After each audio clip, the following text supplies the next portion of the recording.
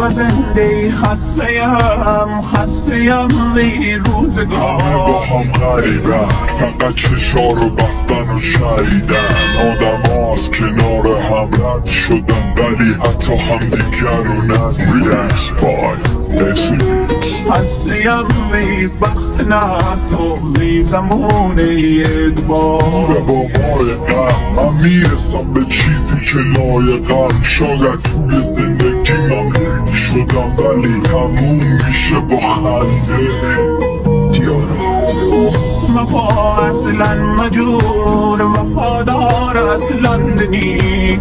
ترکبم با عاشقم بیدی مراد دلم بودی. ترکبم با عاشقم بیدی مراد دلم بودی. خرابم روزگار درد بارم روزگار. خرابم روزگار درد بارم روزگار. مثل گوگ خرد تیرم بیقرارم روزگار. مثل گوگ خرد تیرم بیقرارم روزگار. منم و این تن بیگناه مینویسم زیر نور ماه. پشیمونم نشدم هیچ وقت از کارهایی که کردم. منم و این کله خراب، منم و این دیوان شراب. منم و این حرفایی که بیرون میزنه عقلم.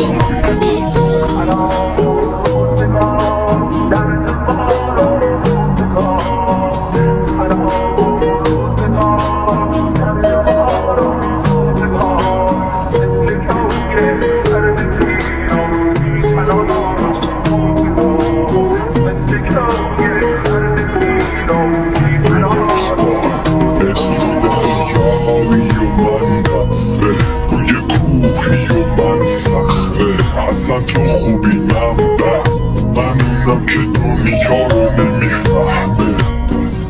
تو این دنیا که یکی پادشاهه و اون یکی برده. من واسه دلم زنده، اونم خوشحاله از کاری که کرده. منم و یه آسمون صاف شده سقف واسه خونه ها. منم و یه قلم و ورق و دستای پشت پرده. منم و صدای من، این صدامه که میمونه جای من که رفتنیم و بعد رفتنم معلوم میشه کی حقه. و زنده خسته‌ام ای روزگار. خسته‌ام ای بخت ناس و ای زمان ادبار. خسته‌ام ای بخت ناس و ای زمان ادبار. خرابم روزگار درد بارم روزگار. خرابم روزگار درد بارم روزگار. مثل گوگ خرد تیرم بیقرارم روزگار. مثل گوگ خرد تیرم بیقرارم روزگار. فقط با یه لبخند میشه خیلی مشکلاتو حل کرد. اگه آدمایی مثل تو نباشن که نمک بپاشن روی زخمم. همه با هم غریبن، فقط چشا رو بستن و شریدن. آدم ها از کنار هم رد شدن ولی حتی همدیگر رو ندیدن.